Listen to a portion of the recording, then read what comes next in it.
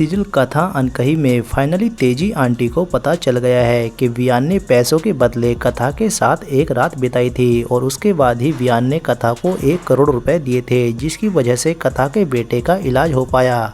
इसलिए अब तेजी और माया चाहकर भी कुछ नहीं कर सकते, क्योंकि ये लोग तो चाहते थे कि कथा और वियान को हमेशा के लिए कैसे अलग किया जा सके। और जब ये बात इन दोनों के सामने आ गई तो अगर इन्होंने ये बात किसी को बताई तो इनके ही बेटे की बदनामी होगी, इसलिए तेजी आंटी अब चुप रहने में ही अपनी भलाई समझेगी। दरअसल तेजी आंटी और माया किसी त्रिपाठी जी से मिलती है, जिनको ये सब कुछ मालूम होता है कि आखिर वियान उस रात कहाँ पर गया था पैसे लेकर। और जब त्रिपाठी तेजी और माया को बताता है कि उस रात वियान ने अपने और कथा के लिए एक होटल रूम बुक किया था और उनके हाथ में बैग भी था, तो ये सुन तेजी आंटी के पैरों तले तो जमीन ही खिसक जाती है, क्योंकि तेजी और माया को तो पहले से ही पता था कि हो ना हो वियान ने ही कथा के बेटे के इलाज के लिए कथा को 1 करोड़ रुपए दिए थे।